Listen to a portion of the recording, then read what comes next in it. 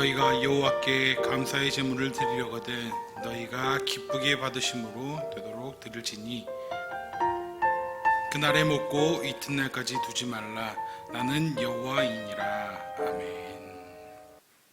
매년 감사절을 지내다 보면 감사를 주제로 내가 설교를 한다면 어떻게 준비를 해야 할까라는 고민들을 한 번씩 합니다. 교회에서의 가장 큰 명절처럼, 큰 날처럼 저희들이 보내기 때문에 어떤 말씀을 전해드려야 할지, 준비해야 할지가 가장 큰 숙제인 것처럼 저에게는 다가왔습니다. 그러면서 문득 드는 생각이 한 가지 있었습니다. 나는 요즘 감사하고 있나? 목사인 제가 제 자신에게 던진 질문입니다.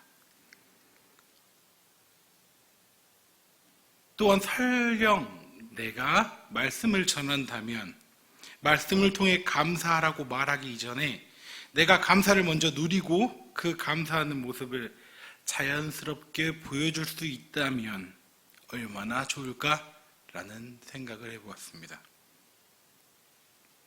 미국의 39대 대통령인 지미 카터 대통령이 자신의 손자의 결혼식에 감사 기도, 대표 기도를 하면서 이렇게 고백했다는 말이 있어 잠시 들려드리고자 합니다. 주님, 저는 사랑하는 아내와 결혼하고 축복의 시간을 보내왔습니다. 특별히 매일 함께 식사하는 시간은 저에게 더 없는 기쁨이었습니다. 사랑의 주님께서 오늘 결혼하는 제 손자 잭과 그의 아내 주디와 함께 식사를 할 때마다 이와 같은 동일한 기쁨을 주시기를 간절히 기도드립니다. 내가 누린 것을 내 손자가 누리게 해 주십시오. 내가 누렸던 소소한 기쁨도 진짜 행복이었다는 것을 내 손자가 느낄 수 있기를 바랍니다. 라는 이 기도의 고백, 어떤 마음이 드십니까? 내가 경험했던 것, 내 자식이 알아주길 바라는 것, 아니 내 손자가 느끼길 바란다는 것.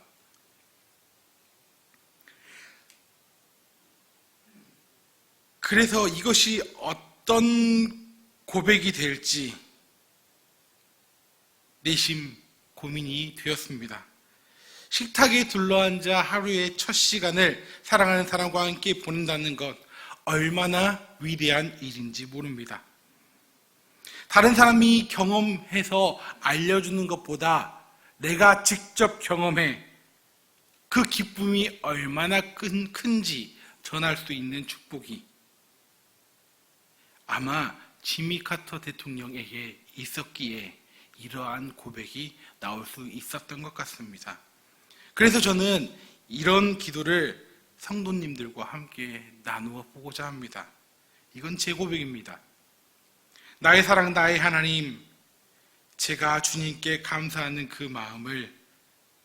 마음이 진심이 되게 하시고 그것이 하나님께서 받으실 만한 감사가 되게 없어서, 그리고 그 감사가 우리 가족에게, 내가 섬기는 제자들 교회에, 그리고 부족한 입술로 전하는 저의 설교를 듣는 이들에게 전해지게 하시고 결국 함께 감사할 수 있는 우리 모두가 되게 하옵소서. 설교를 준비하는 제 고백이었습니다. 우리 모두는 스프릿 블루존을 통해서 이 모든 감사를 경험하고 있습니다. 스프릿 블루존 4번째 기억하십니까? 갑자기 물어보니까 기억 안 나시죠? 가족 식사 주 1회입니다. 식사를 경험한 자만이 그 기쁨을 누릴 줄 믿습니다. 바라기는 우리 성도님들 삶 가운데 진정한 감사가 매일매일 경험되어지길 간절히 축원합니다.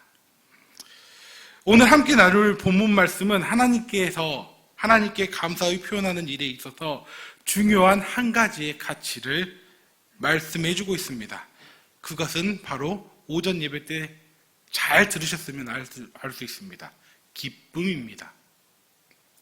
오늘 본문 레위기 22장 29절 30절 말씀을 다시 한번 함께 읽어보도록 하겠습니다. 시작. 너희가 여호와께 감사 제물을 드리려거든 너희가 기쁘게 받으시도록 드릴지니며 그 제물은 그날 먹고 이튿날까지 두지 말라. 나는 여호와이니라. 지금 우리가 보고 있는 개역 개정 성경 이전의 성경을 보니까 감사 제물을 감사 희생이라는 단어로 나타내주고 있었습니다. 희생이라는 단어 히브리어로 자바흐라는 단어입니다. 한국어 뜻을 보니까 살육하다, 제사드리다, 제물로 바치다 라는 뜻을 가지고 있습니다. 즉 감사하다, 감사도 희생이 필요하다는 것입니다. 우리 모두가 너무나 잘 알고 있듯이 여기에서 말씀하는 희생 제물은 바로 우리의 죄를 대신해서 십자가에 달려 피 흘려 죽으신 바로 예수님이십니다. 예수님의 은혜입니다. 그래서 오늘 우리 이 시간 우리의 영혼을 구원하고 은혜를 기쁘게 누리게 하신 주님께 감사드리는 바른 자세에 대해 어떻게 행해야 하는지 함께 생각해보고 말씀을 나누고자 합니다. 첫째로 감사를 드리는 자는 기쁜 마음으로 감사를 드려야 진정한 감사입니다. 신앙은 그 자체가 드리는 겁니다. 약간 말장난 같아 보일 수도 있겠지만 드리는 겁니다. 예배 드린다, 기도 드린다, 온 마음과 정성을 다해 찬양 드리고 예물을 드린다. 우리는 이렇게 말합니다. 또한 우리의 순종과 헌신을 드립니다. 하지만 가끔 드리는 것이 일상이 되다 보니까 무덤덤하게 당연스럽게 그냥 아무 생각 없이 드리기 십상입니다. 그래서 우리는 다시 드림의 가치를 회복해야 할 줄 믿습니다. 성도님들께서 집밥과 밖에서 사 먹는 밥의 차이를 알고 계십니까? 항상 먹는 집밥, 사 먹는 밥, 반복적으로 똑같이 만들어져서 찍어져서 나오는 밥이냐, 엄마의 정성과 실수도 포함되어지고 침도 들어가고 어떠한 변수를 통해 만들어진 집밥. 여러분들은 어떤 밥을 선호하십니까?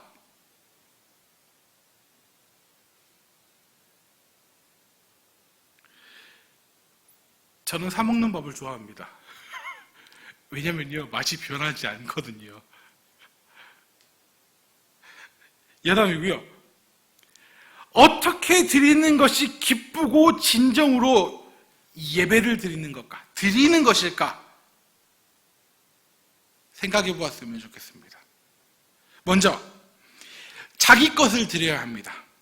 반복적으로 나오는 것이 아니라 내 것, 진짜 내 것, 내가 할 수 있는 것, 나만이 할 수 있는 것을 드려야 합니다. 남의 것을 드리는 것이 아니라 나의 마음에 의미가 담겨져 있는 것을 드려야 한다는 겁니다. 우리 자주 선물을 주고받고 합니다. 생일날, 기념일, 어째서 기분이 나빠서, 기분이 좋아서, 눈물이 나서, 슬퍼서 선물을 줍니다. 그냥 선물만 주면 그게 선물입니까?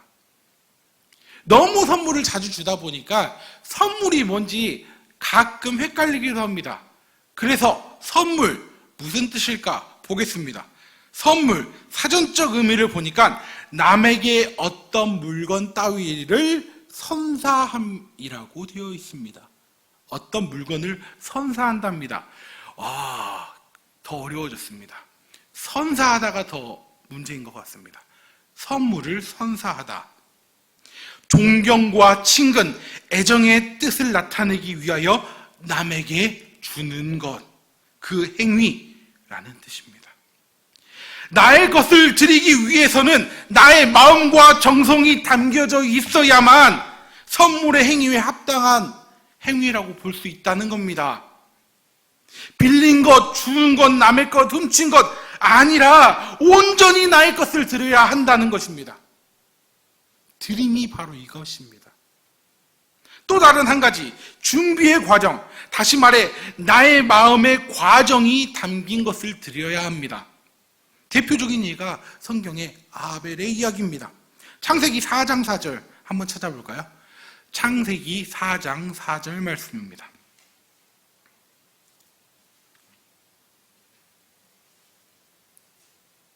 다 찾으신 줄 알고 함께 봉독하겠습니다. 아벨은 자기의 양의 첫 새끼와 그 기름으로 드렸더니 여호와께서 아벨과 그의 제물은 받으셨으나 라고 기록되어 있습니다. 아벨의 제물은 직접 기른 양의 첫 새끼와 그 기름이었습니다. 아벨은 양 한 마리가 아니라 양 한 마리를 그냥 아우 예쁘다 키운 게 아닙니다. 넓은 들판으로 데리고 나와 양떼를 데리고 아주 질 좋고 맛 좋은 풀을 찾아서 유목 생활을 하며 이곳저곳을 돌아다녔습니다. 어떤 양은 클 수 있습니다. 어떤 양은 작을 수도 있습니다. 그 양이 자라서 첫 새끼를 낳았고 그 첫 새끼 중에 아주 기름지고 튼실한 새끼 한 마리를 고르고 골랐습니다. 이뿐만이 아닙니다. 이 양을 고르고 그 부위가 아주 기름지고 좋은 부위인지 선별까지 합니다.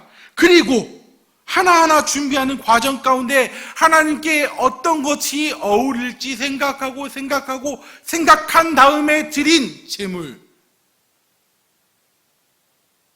이것이 차곡차곡 쌓여서 완성된 겁니다. 그렇게 아벨의 제사는 받으시고 누구의 제사는 안 받으셨죠? 맞습니다. 주님을 바라보며 말로 표현할 수 없는 기쁨을 아벨은 경험할 수 있게 되었다는 겁니다. 한 청년이 매 주일이 오기 전에 미리 헌금을 준비한다고 합니다. 여느 때처럼 이번 주도 하나님께 헌금을 드릴 수 있는 기쁨이 그에게 있었습니다. 그래도 없는 주머니지만 하나님께 예물을 드릴 수 있는 기쁨이 그에게 있었습니다. 하지만 모아둔 돈은 여러 사람의 손을 거쳐서 어쩌면 꾸깃꾸깃할 수도 있고 더럽게 보이는 돈일 수도 있었습니다. 그는 그 모양에 전혀 신경 쓰지 않고 하나님께 예물을 드릴 수 있다라는 그 마음 한 마음으로 헌금 봉투에 헌금을 넣어 드렸습니다. 모든 예배가 마쳐진 다음에 집으로 향하는 길에 그 청년에게 목사님이 부르셨습니다. 그리고 청년은 목사님의 부름에 목사님께 다가갔습니다. 그런데 대뜸 목사님께서 화를 내셨습니다. 아무개야, 어떻게 하나님께 드릴 헌금을 꾸깃꾸깃 넣어 드릴 수 있느냐? 청년은 어리둥절했습니다. 이 이야기를 들으시고 성도님들 어떤 생각이 드십니까? 예전에 우리 신앙의 선배님들, 아니 지금도 그렇게 하시는 분들 계실 줄 압니다. 미리 헌금 준비해서 물 뿌려가지고 다림질 해가지고 빳빳하게 만들어가지고 성경책에 딱 끼워놨다가 주일날 와서 딱 피면 헌금이 있죠. 이렇게 준비하시는 분들, 아침 일찍 은행에 찾아가서 새 돈 좀 주십시오. 헌금해야 됩니다. 줄 서서 준비하시는 분들, 설령 돈이 여의치 않는다면 여러 지폐들 중에 한 장을 뽑아서 깨끗하고 구김이 덜 간 것을 선별하여 하나님께 드렸습니다. 오죽하면 이런 이야기가 있겠습니까? 돈은 다 같은 돈인데 말입니다. 준비하는 손길에 진정한 마음이 있어야 한다는 겁니다. 그래야만 진정한 헌금의 기쁨 또한 만끽할 수 있다라는 겁니다. 그런데 말입니다, 이 모든 과정은 의무가 아니라 내 가슴 속에 기쁨이 있을 때 가능한 줄 믿습니다. 우리에게 진정한 기쁨이 언제 다가올까요? 바로 주님을 인정하고 받아들일 때입니다. 사랑하는 제자일교회 성도님들, 추수감사주일은 주님을 인정하는 절기입니다.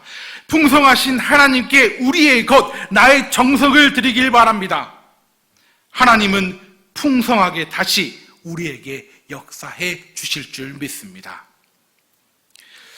둘째로, 감사를 드리는 자는 혼자가 아닌 공동체가 함께 드려야 기뻐 감사할 줄 믿습니다. 빌립보서 2장 4절 말씀을 한번 찾아볼까요? 빌립보서 2장 4절 말씀입니다.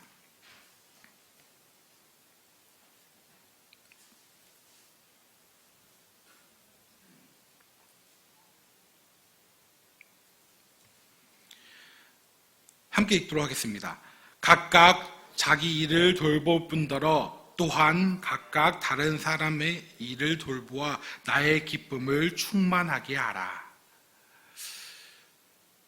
하반절 보니까 나의 기쁨을 충만하게 하라는 말씀. 사람인 바울을 기뻐하라는 것이 아닙니다. 공동체와 함께 기뻐하라는 말씀인 겁니다.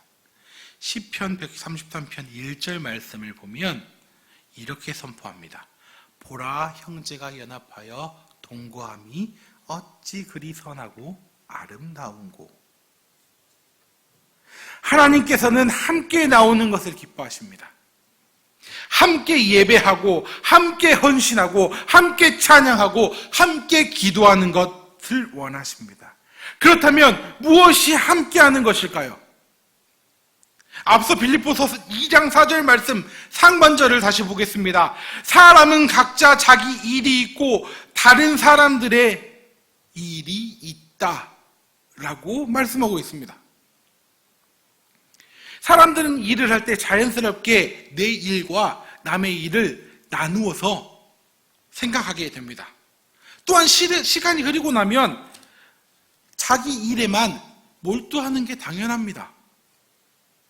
이런 현상을 간파한 보통의 회사들이나 기업들은 수시로 이런 것들을 방지하기 위해 회식이나 워크숍들을 통해 서로의 마음을 나누고 친밀한 마음의 계기를 만들어줍니다. 이로 인해서 이익의 극대화를 추구하기 위함이라고 알고 있습니다. 일하는 사람들이라면 팀워크가 있어야 회사가 잘 돌아갈 수 있다는 건 너무나도 잘 알고 있는 상식일 겁니다. 그 평범한 진리를 세상 사람들도 다 행하고 있다는 겁니다. 함께하는 것은 서로를 바라보는 겁니다. 바로 그것이 교회의 모습이라는 겁니다. 성도님들의 집에 어려움은 없는지, 밥은 먹고 사시는지, 편찮은 곳은 없는지 돌보는 것이 바로 그것입니다. 교회에 어느 곳을 손봐야 하는지, 이번 주일에는 무슨 주일인지, 어떤 것들을 준비해야 되는지, 교회 총선은 다 했는지, 그런 걱정들 말입니다. 사도 바울은 고린도 교회에 보낸 편지를 통해 공동체가 함께 기뻐하는 방법을 이렇게 가르쳐 주었다는 겁니다. 고린도전서 11장 20절부터 22절 찾아보겠습니다. 또한 33절, 34절도 함께 읽을 겁니다. 고린도전서 11장 20절부터 22절, 33절부터 34절 한 절씩 교독하도록 하겠습니다. 그런즉 너희가 함께 모여 주의 만찬을 먹을 수 없으니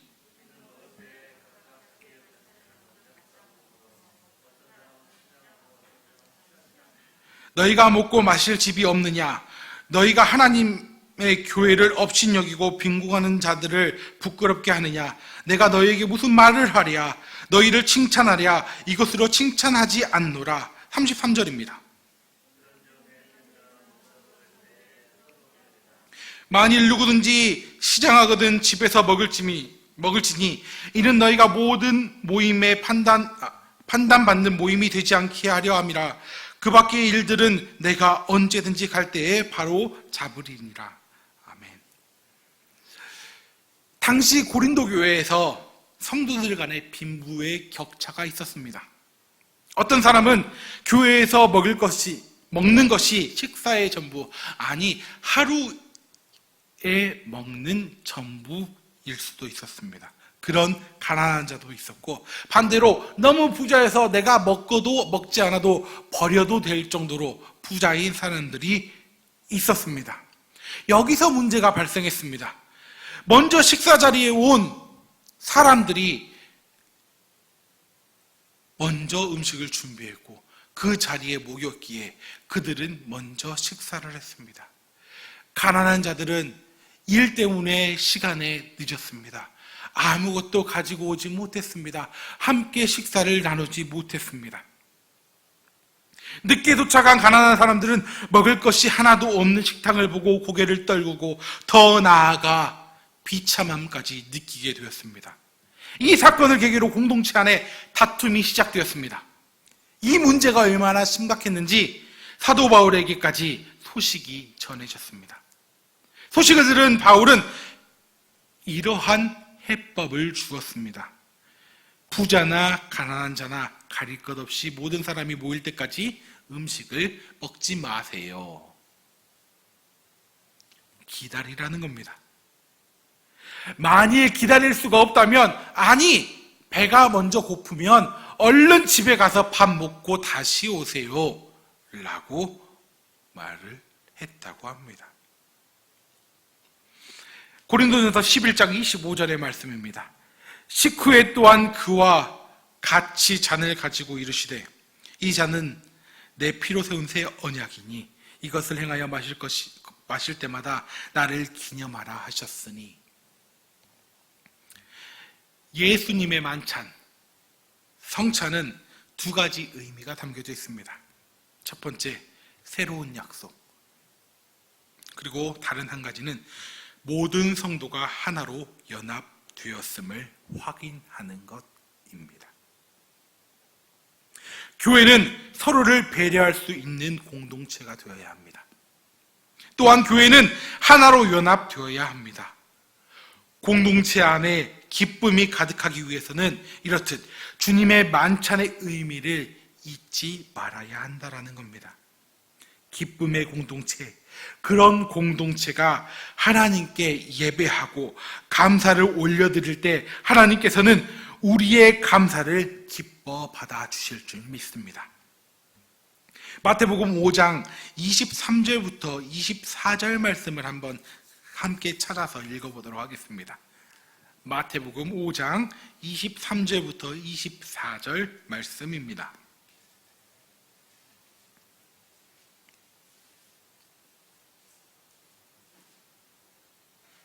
한 절씩 교독하도록 하겠습니다. 그러므로 예물을 제단에 드리려다가 거기서 내 형제에게 원망을 들을 만한 일이 있는 것이 생각나거든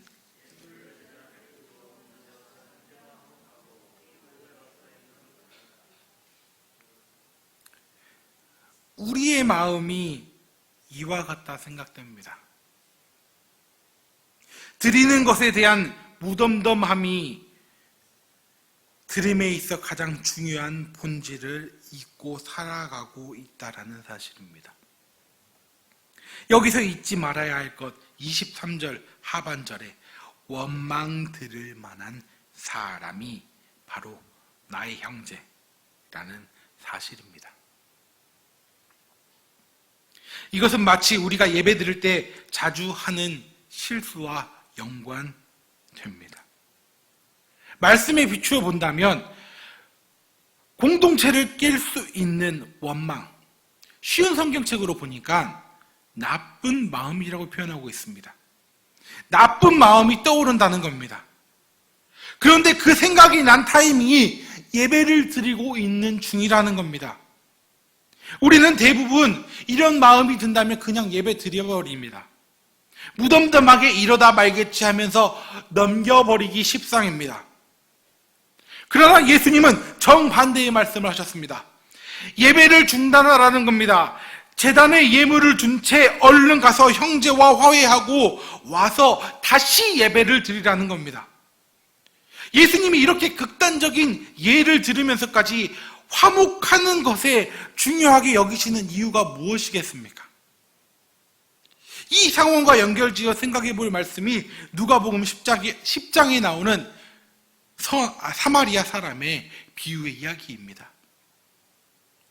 예루살렘에서 여리고로 내려가고 있는 길에 레위인과 제사장이 강도를 만난 사람을 만나게 됩니다.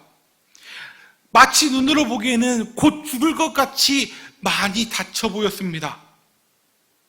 이 둘은 그 사람을 보고 자신이 바쁜 나머지 그를 보고 피해 그냥 지나가 버립니다. 하지만 지나오던 사마리아 사람이 그를 보고 어떻게 행했는 줄 아십니까? 그를 불쌍히 여겨 가까이 가서 기름과 포도주로 상처를 치료해주고, 아니 이것만이 아니었습니다. 가장 가까운 근처에 있는 주막까지 데리고 가서 보살펴 주었답니다. 그리고 이 비유의 말씀이 끝나고 예수님이 이렇게 말씀하셨습니다. 누가복음 10장 37절의 말씀입니다. 이르되 자비를 베푼 자니이다. 예수께서 이르시되 가서 너도 이와 같이 하라 하시니라. 사람을 향한 관심이 없다면, 공동체를 향한 마음이 없다면 예배와 감사하는 것이 아무런 의미가 없다라는 겁니다. 함께 기뻐하는 것, 함께 화목하는 것, 함께 사랑하는 것. 지금 내 옆에 뒤에 앉아 계시는 분들을 바라보시길 바랍니다. 어떤 사람이 어디에 앉아 있는지, 지금 어떤 상황인지, 어떤 마음을 가지고 있는지 한번 헤아려 보시길 부탁드립니다. 그것이 하나님을 향한 감사의 가장 적극적인 표현이 될 줄 믿습니다. 저는 시간이 나면 SBS에서 방영되고 있는 생활의 달인이라는 프로그램을 좋아합니다. 그래서 즐겨 찾아보곤 합니다. 수십 년간 한 분야에 종사하면서 부단히 열정과 노력으로 달인의 경지에 이르게 된 사람들을 소개해주는 프로그램입니다. 매 회차 아주 다양한 직종에서, 장소에서, 지역에서 열심히 일하고 있는 사람들이 나옵니다. 그런데 다양한 사람들 사이에서 제가 발견한 공통점이 있었습니다. 하나는 자기의 일에 열중한 만큼 자신의 삶의 자리에 감사하고 있었다는 겁니다.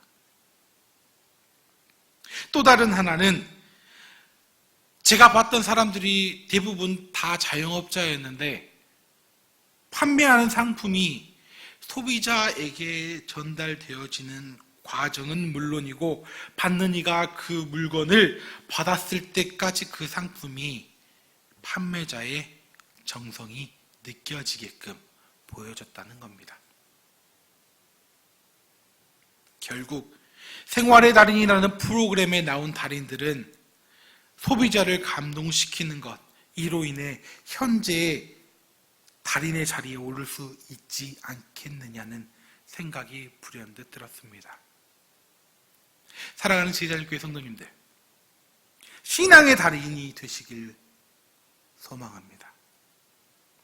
추수감사주의를 보내면서 하나님께서도 내 이웃을 정성을 쏟아서 사랑하셨던 것처럼 우리도 그렇게 하길 소망합니다. 그것이 하나님 앞에 최고의 감사의 제물이 될 줄 믿습니다. 하나님께 감사, 내 이웃을 사랑, 기쁨의 공동체와 함께 화목의 주인공이 되는 이 가을, 하나님의 풍성함을 누리시는 귀한 우리 모두가 되길 주님의 이름으로 간절히 축복하고 소망합니다. 함께 기도하겠습니다. 모든 일에 언제나 우리 주 예수 그리스도의 이름으로 하나님 아버지께 감사드리는 우리가 되길 소망합니다. 말씀 가운데 임하셔서 하나님이 우리에게 향하신 마음을 간접적으로 느끼게 해주셔서 감사합니다.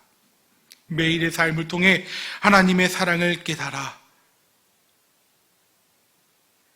감사의 고백이 늘 이어지게 하시고 진정한 화목, 기쁨의 역사가 주님 주시는 평안 가운데 나타나질 수 있도록 주여 축복하여 주시옵소서. 우리 모두의 영혼이 항상 감사할 수 있도록 인도하여 주시옵소서. 예수 그리스도의 이름으로 간절히 기도합니다. 아멘.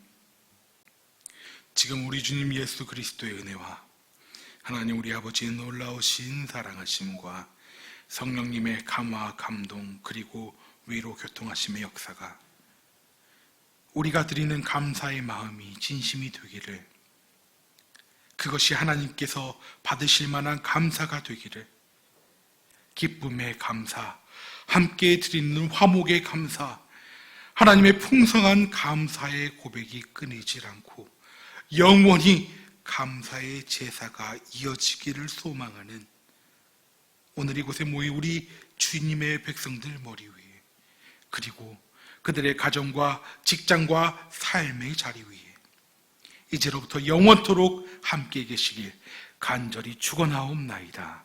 아멘.